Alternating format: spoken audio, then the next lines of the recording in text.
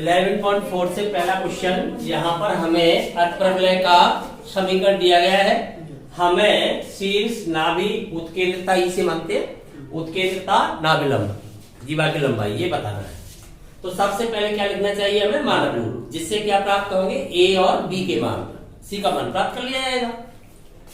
चलिए मानक रूप क्या होगा, एक्स स्क्वायर प्लस वाले पद के नीचे क्या मानते हो आप, ए स्क्वायर, माइनस वाले पद के नीचे बी स्क्वायर, ये ध्यान रखें बस। A square minus Y square upon B square equal 1। अब इसकी तुलना करोगे आप इससे, तो देखो तुलना करो, तुलना से हमें क्या मिल रहा है, ए स्क्वायर का मान मिल रहा है 16, इससे ए का मान क्या आ जाएगा 4, बी स्क्वायर का मान क्या मिल रहा है हमें 9, इससे बी का मान क्या प्राप्त हो जाएगा 3, वर्गमूल लेने का। क्लियर।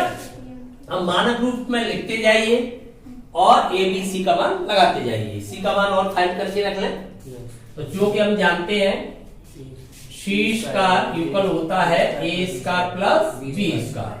तो देखिए ए का मान कितना है आपका 16, ए स्क्वायर, ये कितना है 9, टोटल कितना हो गया 25। जब सी का मान निकालूंगा तो कितना आ जाएगा 5।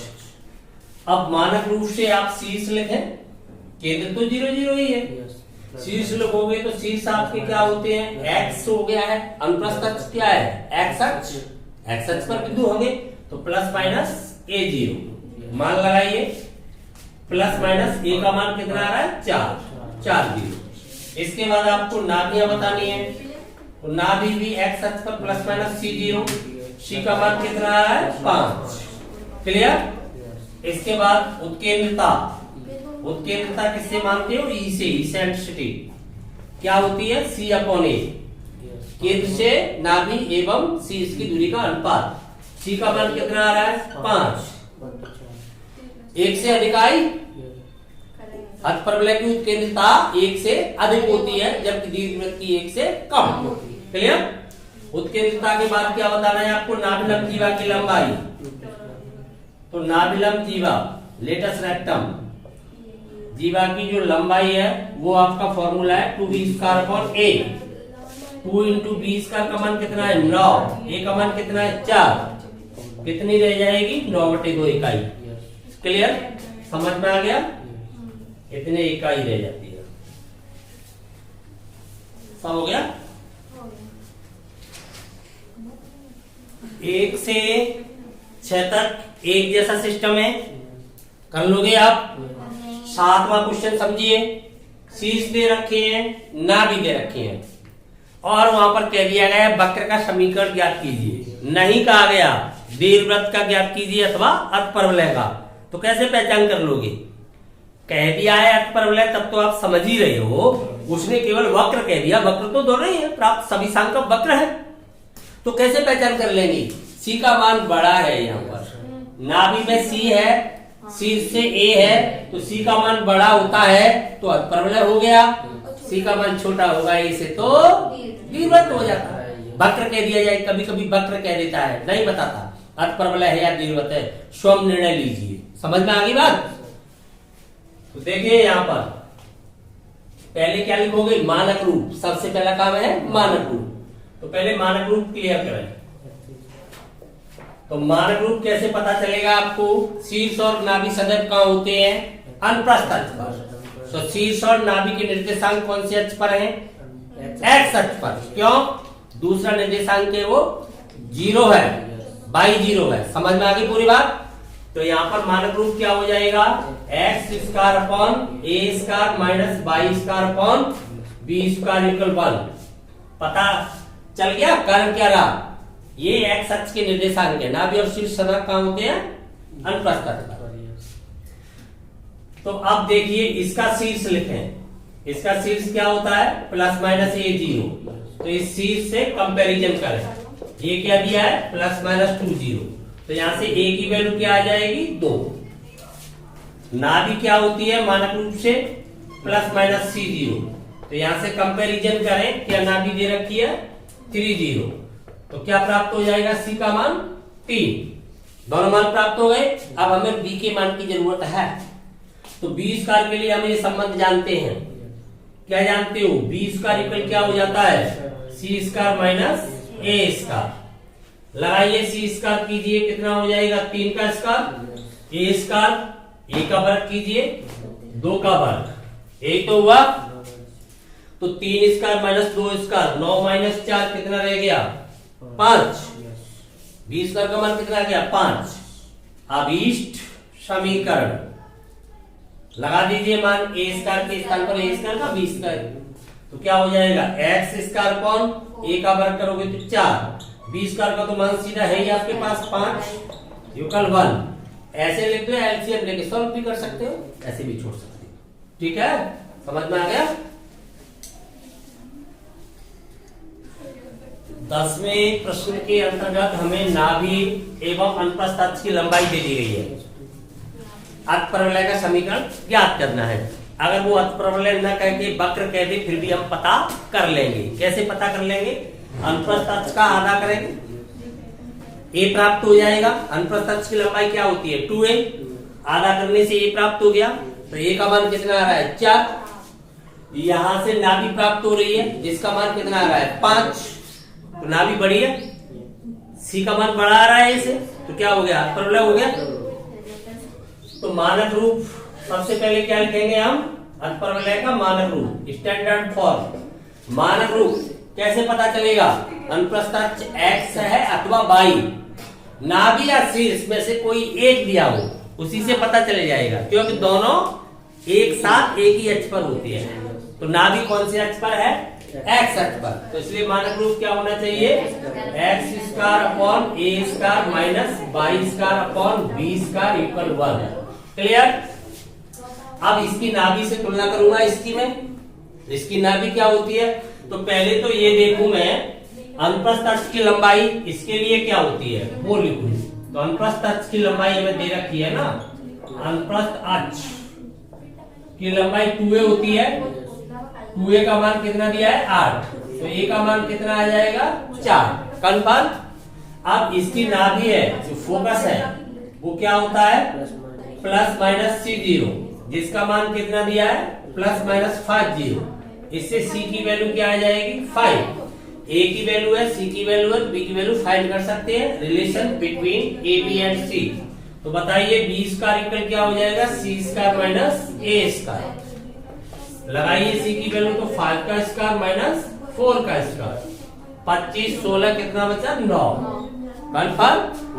अब इस समीकरण लिख दीजिए, मान लगा दीजिए, क्या प्राप्त होगा आपको X square upon A square, कितना हो गया है A square 16 minus Y square upon B square का मान कितना आया है 9 इक्वल 1। हाँ इक्वल 1। चाहे तो एलसीएम लेके सॉल्व कर सकते हैं अथवा ऐसे भी लिखते हैं तो कोई परेशानी नहीं है, मल्टीप्लाई में आ जाएगा। ये क्या हो जाएगा 9x square minus 16y square equal 144, 16 9 144। Clear. Question number 14 के अंतर्गत हमें शीर्ष दिया गया है, उत्केंद्रता दी गई है। उत्केंद्रता से पता चल रहा है वक्र क्या है, हाइपरबोला है। ठीक है, तो हाइपरबोला का समीकरण हम ज्ञात करें तो देखिए सबसे पहले हम क्या लिखते हैं, मानक रूप। मानक रूप कौन सा हुआ, अनुप्रस्थ अक्ष कहाँ है एक्स अक्ष पर। कैसे पता चला, शीर्ष से। शीर्ष से भी नाभि सदैव कहाँ होते हैं अनुप्रस्थ अक्ष पर। तो मानक रूप लिखेंगे X square upon A square minus Y square upon B square equal 1। अब इसका शीर्ष क्या होता है, इसका शीर्ष होता है प्लस माइनस a0, जिसकी वैल्यू दे रखी है प्लस माइनस 70। यहां से a की वैल्यू कितनी आ जाएगी 7। अब हमें चाहिए बी स्क्वायर। तो बी स्क्वायर कैसे फाइंड करें, चूंकि हम जानते हैं उत्केंद्रता जो होती है ई इक्वल क्या होता है सी अपॉन ए। यहां से देखिए हमें फाइंड करना है सी, तो सी इक्वल क्या हो जाएगा ए, यही तो हो जाएगा, परंतु हमें फाइंड करना है बी स्क्वायर। चूंकि हम जानते हैं बी स्क्वायर इक्वल हो जाएगा सी स्क्वायर माइनस ए स्क्वायर, यही तो रिलेशन होता है, सी बड़ा होता है यहाँ पर। तो यहाँ पर वैल्यू लगाइए, बी स्क्वायर की वैल्यू निकालने के लिए सी की वैल्यू क्या आ गई है, ए। तो ए का स्क्वायर, यहाँ पर सी के स्थान पर क्या लगा दिया, ए माइनस ए स्क्वायर। अब देखिए दोनों से कॉमन क्या आ रहा है, ए स्क्वायर। यहाँ पर क्या बचेगा, ई स्क्वायर माइनस 1। इसके इक्वल चल रहे हैं हम बी स्क्वायर के इक्वल। ए की वैल्यू कितनी है अपने पास, 7, तो 7 स्क्वायर। ई की वैल्यू कितनी है अपने पास, 4/3। तो वर्ग करोगे तो कितना हो जाएगा, 16/9 माइनस 1। यहां से कैलकुलेशन करोगे तो देखो 16 में से 9 सब्ट्रैक्ट कर दोगे कितना बचेगा, 7। तो ये हो जाएगा 7 का होल क्यूब अपॉन कितना आ जाएगा, 9। 7 का होल क्यूब कितना हो गया है, 343/9। ये आ गया बी स्क्वायर का मान। अब दोनों मान ए स्क्वायर एवं बी स्क्वायर की पुट कर दो। अब इष्ट वक्र क्या प्राप्त हो जाएगा हमें, एक्स स्क्वायर अपॉन ए की वैल्यू 7 है, स्क्वायर करोगे तो कितना हो जाएगा, 49 माइनस वाई स्क्वायर अपॉन में आएगी ये संख्या तो 9 पलट के क्या चला जाएगा ऊपर, तो 9 वाई स्क्वायर अपॉन में क्या रह जाएगा, 343 इक्वल 1। समझ में आ गया। एक बार फिर ध्यान देना, यहाँ पर हमने सी स्क्वायर के पदों में क्यों नहीं मान निकाला, क्योंकि हमसे नाभि के लिए कहा नहीं गया है, नाभि हमें ज्ञात नहीं करनी है। तो हमें जो ई और ए मिल रहे हैं उन्हीं के पदों में हमने कैलकुलेशन पहुंचा दी सीधी। हमें पता है सी इक्वल ए ही हो गया, तो ए का मान ई का मान दोनों प्राप्त हो रहे हैं हमें, तो उन्हीं पदों में हमने भेज दिया सीधा। समझ में आ गया क्वेश्चन, ठीक। हाँ देखिए 15वें क्वेश्चन के अंतर्गत हमें फोकस मिल रहा है, नाभि मिल रही है, वक्र बिंदु 2, 3 से गुजरता है, ठीक है। 2 प्रतिबंध मिल रहे हैं यहाँ पर। नाभियों को देख करके हम पता लगा सकते हैं दीर्घ अक्ष कौन सा अक्ष है, बाई अक्ष पर है, तो इसलिए मानक रूप क्या हो जाएगा, मानक रूप आपका हो जाएगा y square upon A square minus X square upon B square equal 1। अब यहां से क्या मिल रहा है हमें, सी का मान, तो इसकी नाभि लिखेंगे तो इसका फोकस क्या है, 0 प्लस माइनस सी, जिसकी वैल्यू क्या दे रखी है हमें, 0 प्लस माइनस √10। तो यहां से सी का मान क्या मिल गया हमें, √10 ये मिल गया, सी का मान मिल गया। हमें तो ए और बी का चाहिए। यह वक्र इस बिंदु से गुजर रहा है तो इसे सेटिस्फाई करेगा वक्र को ये बिंदु। तो देखिए चूंकि वक्र बिंदु 2, 3 से गुजरता है, इसलिए बिंदु वक्र के ऊपर स्थित होगा, तो संतुष्ट कराइए। तो 3 का रखोगे बाई के स्थान पर, 2 का रखोगे एक्स के स्थान पर, तब यहां से क्या आ जाएगा, 9 अपॉन ए स्क्वायर माइनस यहां पर 4 हो जाएगा अपॉन बी स्क्वायर इक्वल 1। ये बात समझ में आ गई। अच्छा अब सी की वैल्यू हमें मिल रही है और हमें चाहिए ए और बी, तो हम क्या करेंगे, एक संबंध है अपने पास, क्योंकि हम जानते हैं सी स्क्वायर इक्वल होता है A square plus B square, confirm. तो यहां से हम इस सी स्क्वायर की इस वैल्यू को, क्यों सी की वैल्यू है ना यहाँ पर, तो सी की वैल्यू यहाँ पुट कर देंगे इसमें, तो ए बी में एक रिलेशन यहाँ से आएगा, तो इस वैल्यू को हम पुट कर रहे हैं इसमें। तो सी की वैल्यू क्या है, देखिए 10 हो जाएगा सीधा सी स्क्वायर का मान, तो 10 ए स्क्वायर प्लस बी स्क्वायर। एक इक्वेशन अपने पास ये आ गया, एक इक्वेशन अपने पास पहले से है, एक इक्वेशन तो अपने पास पहले से है, एक इक्वेशन हमने ये ले लिया। अब इन दोनों से सॉल्व करके हम ए स्क्वायर और बी स्क्वायर का मान ज्ञात करेंगे।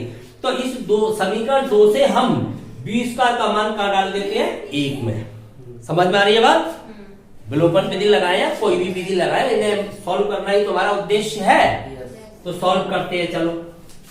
तो 1 व 2 को हल करने पर 1 व 2 से सीधा हल कर दूं, तो सीधा यहां पर मान लगाएंगे तो देखो क्या हो जाएगा, 9 upon A square minus 4 upon कितना आएगा यहां से मान, बी स्क्वायर का मान लगा रहा हूं ना, तो 10 माइनस ए स्क्वायर आएगा, तो ये आएगा 10 माइनस ए स्क्वायर, क्लियर, इक्वल चल रहा है 1, ये हो गया।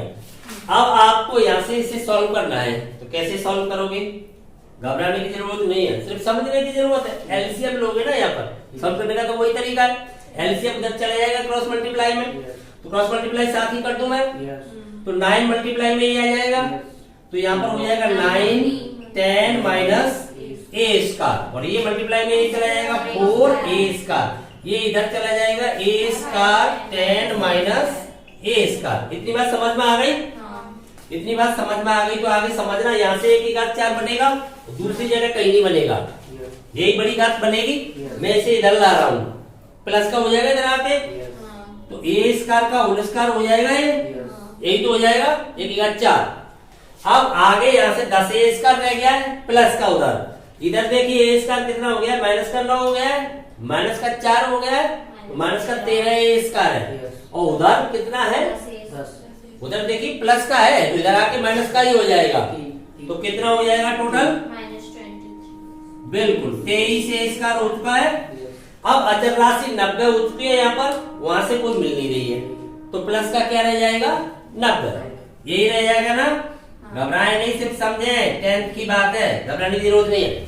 आप देखेंगे तो ये 4 घात का है ए में, परंतु ए स्क्वायर में तो 2 घात का ही है, ए में ही तो 4 घात का है, ए स्क्वायर में तो 2 घात का है, तो 2 घात बन गया किसमें, ए स्क्वायर में, तो ये आपको सॉल्व करना आता ही है। मान लीजिए ए स्क्वायर इक्वल एक्स, ऐसा नजरिया है, अपना नजरिया बदले, ए स्क्वायर को एक्स माने तो कैसे पढ़ोगे आप, x square minus 23 x plus 90, तो इसके गुणनखंड आप कर सकते हो कि नहीं कर सकते हो, तो कर दीजिए ए स्क्वायर को मानते हुए। तो देखिए 23 आना चाहिए जोड़ने पर, गुणा करने पर 90 हो जाना चाहिए, दोनों नेगेटिव लोगी तो कितना होगा, 18 पंजे कितने होते हैं, 90 होते हैं, आता है 18 का पड़ा है, कितने होते हैं 18 पंजे, 90 होते हैं, 18 और 5 कितने हो जाते हैं, 23, हो गया काम, सीधा लिख दूं, तो इसके फैक्टर हो जाएंगे ए स्क्वायर माइनस के होंगे ना दोनों, 18 और 1 हो जाएगा 5, तो ए स्क्वायर माइनस 5 एक तो हो जाएगा, एक हो जाएगा ए स्क्वायर माइनस 18 इक्वल 0। तो यहाँ से ए की 2 वैल्यू प्राप्त हो रही है ए स्क्वायर की, एक तो आ रही है 5, एक आ रही है 18, 5 भी मान हो सकता है अथवा 18 भी हो सकता है। अब ध्यान से समझना, मुझे 20 स्क्वायर भी मान चाहिए तो है तो सही है क्वेश्चन, दूसरे इक्वेशन से फाइंड कर लूंगा सीधा। अब 2 से, ठीक है, 2 से क्या मान आएंगे, ए स्क्वायर 5 लगाऊंगा यहाँ पर, लगा दो, ए स्क्वायर के स्थान पर आप 5 लगा दोगे तो 5 इधर जाके सब्ट्रैक्ट हो जाएगा, तो 20 स्क्वायर क्या आएगा, 5 ही आएगा, तो 20 स्क्वायर इक्वल क्या आएगा, एक तो आएगा 5, कब आएगा, जब ए स्क्वायर इक्वल 5 तभी तो आएगा, जब ए स्क्वायर इक्वल 5, और एक क्या आएगा 20 स्क्वायर इक्वल 18 लगाओगे, 18 लगाओगे तो क्या आएगा, बिल्कुल माइनस का 8 आएगा, और 20 स्क्वायर इक्वल दूसरा आएगा माइनस का 18, कब आएगा, जब समझना, माइनस का 18 से आएगा 8 आएगा, माइनस का 8 आएगा, माइनस का 8 आएगा कब आएगा, जब ए स्क्वायर इक्वल आपने क्या लगा दिया है 18। अब आप समझिए किसी संख्या का वर्ग नेगेटिव जा रहा है तो इसका मतलब बी काल्पनिक हो गई, बी का वर्ग नेगेटिव आ रहा है तो ये संभव नहीं होगा, ये काल्पनिक हो चुकी है। तो यहाँ पर हमें लिखना पड़ेगा, चूंकि स्याही बहुत निकल गई इससे, देखिए यहाँ पर हमें लिखना पड़ेगा चूंकि बी स्क्वायर इक्वल -8 संभव नहीं है। क्यों संभव नहीं है, कारण कीजिए ना, क्योंकि बी काल्पनिक हो जाएगा इससे, समझ गए ना आप, हाँ, बी इक्वल √-8 कैसी संख्या हो जाएगी, काल्पनिक, इमेजिनरी नंबर हो जाएगा, पढ़ चुके हो ना आप काल्पनिक वास्तविक संख्या है, तो इसलिए क्या होना चाहिए, केवल ए स्क्वायर इक्वल 5 ही काम करेगा, बी स्क्वायर इक्वल भी 5 ही होगा। तो लगाइए दोनों मान, तो अब लिख सकते हो आप, लिखिए अभीष्ट वक्र, अभीष्ट वक्र या अतिपरवलय क्या प्राप्त हो गया, 22 square upon 5 minus X square upon 5 equal 1, ऐसे लिख दूं आगे, एलसीएम लेके क्या हो जाएगा, 5 तो सीधा चला जाएगा, 22 square minus X square equal 5, दोनों में कॉमन है ना, कन्फर्म, कोई शक, समझ में आ गया क्वेश्चन, ठीक है, लास्ट क्वेश्चन है, ठीक।